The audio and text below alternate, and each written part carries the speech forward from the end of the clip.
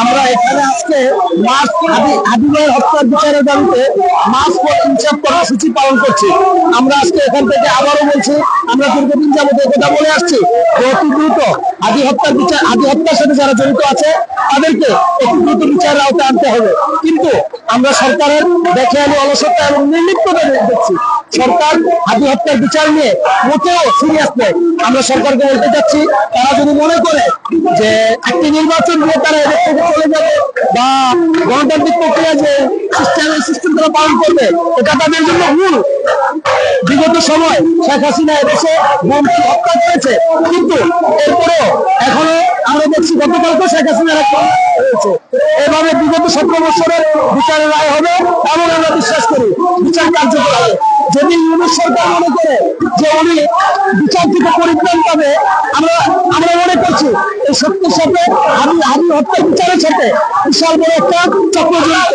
আমরা দাবি করছি পুরো চক্র সে যেই হোক, সে সরকারের যদি কোনো চুক্তি কর্মকর্তা হয়, উপদেষ্টা পরিষদে কেউ থাকে, আইন বাহিনীর কেউ থাকে, তাহলে অবশ্যই তাদেরকেও আইনের আওতায় আনতে হবে। আমরা আজকে বিচার থেকে দাবি জানাচ্ছি অতি দ্রুত নির্বাচনের আগে আদি হত্যার বিচার বাস্তবায়ন করতে হবে। আমরা সারা দেশ থেকে যেভাবে দেখছি মানুষ নির্বাচনের আগে আস্পদমুখর হয়ে উঠছে। যদি আদি হত্যার বিচার না হয়, হয়তো জনগণ তাদের আশা আকাঙ্ক্ষার জায়গা থেকে যদি নির্বাচন মানে আদি হত্যার বিচারের দাবিতে তারা ভিন্ন করে কর্মসূচি হাতে নেয়, এই সম্পূর্ণ দায়ভার সরকারের। আমরা খুব দ্রুত সরকার বিচার বাস্তবায়ন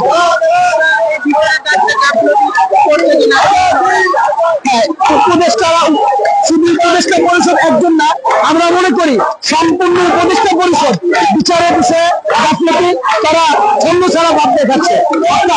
বিচার মনে হচ্ছে যে পাখি গুলি করলে যেভাবে মারা যায় একটা মানুষ এই বিষয়ে আমরা সরকারের কোনো মাথা রেখে দেখছি না, আমাদেরকে ভাবিয়ে করছে। আমরা তো এরকম বাংলাদেশ চাইনি, আমরা চেয়েছিলাম একটা মশাও যদি মারা যায় অন্যায় ভাবে, আর এ বিষয়ে একজন মানুষ মারা যাবে এরকম বাংলাদেশের পক্ষে যে বলিষ্ঠ কণ্ঠস্বর, তাকে এভাবে হত্যা করা হবে, শহীদ করা হবে, আমরা এটা মোটেও কাম্য নয়। সরকার যদি মনে করে হাবির পরিবারকে পুরো ড্যামারেজ দিয়ে হাবি হত্যার বিচার থেকে ডাইভার্ট করা যাবে, তাহলে আমরা মনে করি সরকার বোকার স্বর্গে বসবাস করছে। হাবি হত্যার বিচার হতে হবে, এটা ফার্স্ট, লাস্ট এবং ফাইনালি কথা আমাদের। ধন্যবাদ।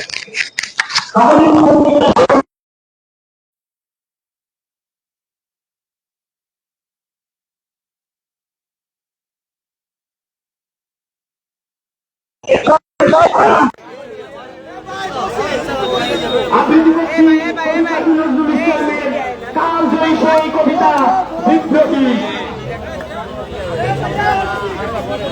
বলবীর বলউন্নত মম শির শির নেহারিয়া মরিনত শির ওই শিখর হিমাদ্রি বলবীর বল মহাবিশ্বের মহাকাশ ভারী চন্দ্র সূর্য গ্রহ তারা ছাড়ি ভুলক বিলক গুলক ভেদিয়া খোদার আসন আরস ছেদিয়া উঠিয়াছে চির বিস্ময় আমি বিশ্ব বিভাত্রী মম ললাটে রুদ্র ভগবান জল রাজ রাজ গীতা দীপ্ত জয়শ্রীর বলবীর চির উন্নত মমসী আমি ঝমঝম ঘূর্ণি আমি কত সম্মুখ যাহার চাই চিরুনি আমি লিপ্ত কদল ছন্দ আমি লোকনাথ করে নেতে যাই আমি মুক্ত জীবন নন্দ আমি হাপ্পির আমি ছেদ আমি আমি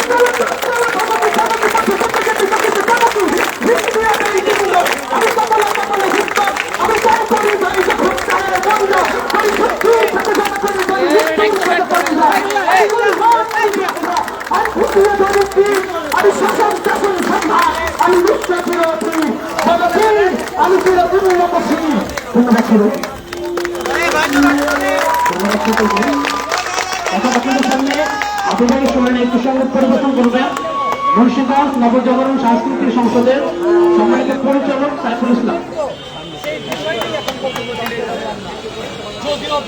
আসসালামু আলাইকুম। আদি সাহারার উষার বালুতে আবে জমজম পানি, আদি আজাদের হাসান হোসেন জান্নাতি ফুলদানি। আদি সাহারার উষার বালুতে আবে জমজম পানি, আদি আজাদের হাসান হোসেন জান্নাতি ফুলদানি। আদি ইতিহাস পাতিয়া যাবে মুসার হাতের লাঠি, আদি ওমরের অর্ধ জাহান মোরানো শীতল কাঠি। আদি ইতিহাস পাতিয়া পাবে মুসার হাতের লাঠি, আদি অমরের অর্ধ জাহান মোরানো শীতল কাঠি। আদি গোলাপের মাতাল বন্ধ খোলা ভাইয়ের আছে রাত, আদি উত্তাল সাগরে জোয়ার আল্লাহু আকবার। আদি গোলাপের মাতাল বন্ধ খোলা ভাইয়ের আছে রাত, আদি উত্তাল সাগরে জোয়ার আল্লাহু আকবার। আবু বকরের সিদ্দিক থেকে আলোর ঝরনার মেঘ, আদি জগতের তরুণ আলী সাহসের সুদাতে। আদি আজাদ সরদা সরানে রসুল ভোলে রবি, আদি জুলাইয়ে রাজর নায়ক বিদ্রোহী বিপ্লবী। আদি আজাদ সরদা সরানে নতুন ভোলে রবি, আদি জুলাইয়ে রাজর নায়ক বিদ্রোহী বিপ্লবী। নতুন সময় নতুন সফর নতুন জিন্দাবাদ, আসমান ভোগ করে ওই হাতির জিন্দাবাদ। নতুন সময় নতুন সফর নতুন জিন্দাবাদ, আসমান ভোগ করে ওই হাতির জিন্দাবাদ। আদি সাহারার উষার বালুতে আছে জমজম পানি, আদি আজাদের হাসান হোসেন জান্নাতি ফুলদানি।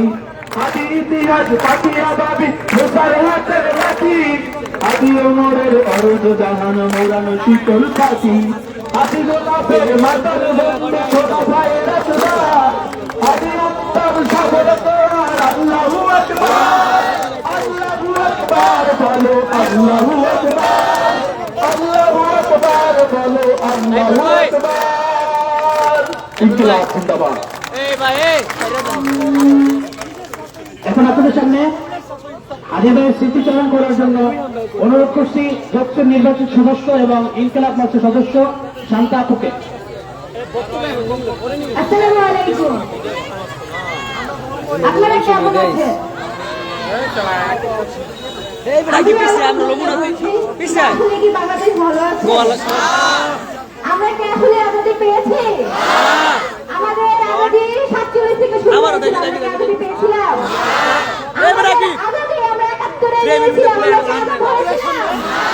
আমরা যে 24-এ আজাদের লড়াই লড়লাম, আমরা কি আজাদ হতে পেরেছি? যদি আজাদি হইতাম তাহলে কি বাংলাদেশের জমিনে শহীদ শরীফ ওসমান হাদি ভাই যারা দেশের বাংলাদেশের ইনসাফের এবং সার্বভৌমত্বের সতী, তারা কি এখানে খুন হইতে পারে? শহীদ শরীফ ওসমান হাদি ভাই আমাদের একটা কথাই বলতেন, সেটা সবাই জানে না, যে দাসত্বই যে জমিনের নিশ্চল নিয়তি, লড়াই সেখানে কি সর্বাত্ম বিবাদত। আমাদের লড়াই কি আমরা থামাই দিব?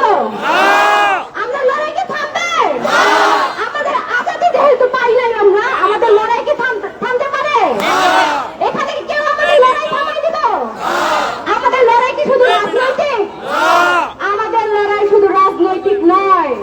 শহীদ শরীফ ওসমান হাদি ভাই বলতেন যে 50 বছর বাঁচার পরে যদি কোনো ইম্প্যাক্ট না করে আসলে এই বেঁচে থাকার কোনো লাভ নাই। আছে, লাভ আছে, কিন্তু আমরা যদি অল্প কিছুদিন বাঁচার মাধ্যমে আমরা আধিপত্য বিরোধী শক্তির বিরুদ্ধে লড়তে পারি, তাহলে এটাই আমাদের সার্থকতা। এবং আমাদের লড়াই তো অনেক দীর্ঘ, একটা সাংস্কৃতিক লড়াই। আচ্ছা, আমি পুরো লড়াইটা আপনাদের তুলতে চাই না, প্রত্যেকের প্রতি সম্মানের চোখেই দাঁড়ায় বলতে দিই। আচ্ছা, আমরা আমাদের সংস্কৃতি বলতে কি বুঝি? শুধু কি লাল থেকে সাদা শাড়ি? এটা তো অবশ্যই আমাদের একটা সংস্কৃতির অংশ এবং আমাদের একটা সনাতনী আপনাদের তাদের সংস্কৃতির অংশ। তাহলে আমাদের সংস্কৃতি কোথায়? আপনারা যারা হিজাব পরে আছেন, এটা কি আমাদের সংস্কৃতি না?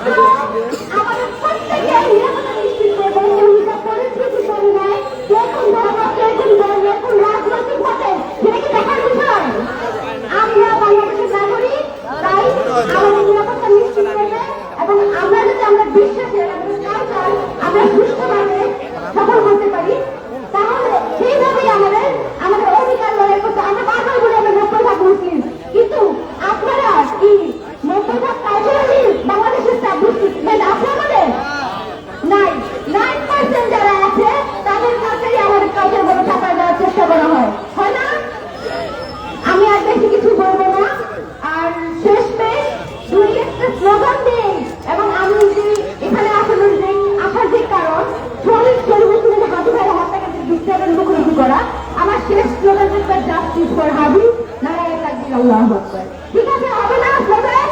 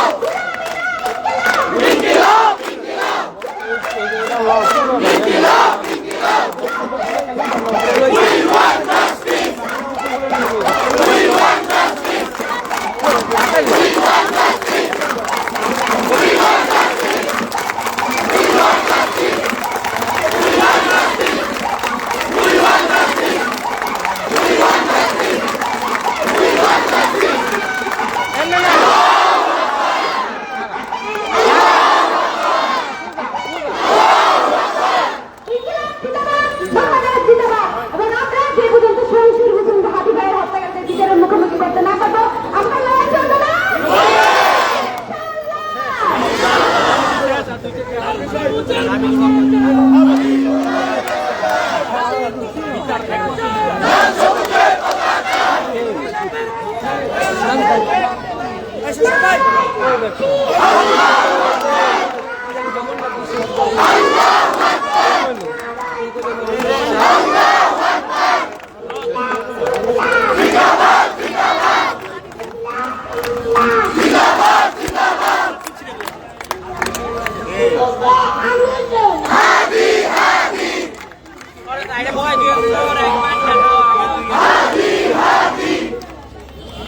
সবাইকে ধন্যবাদ আজকের এই কর্মসূচি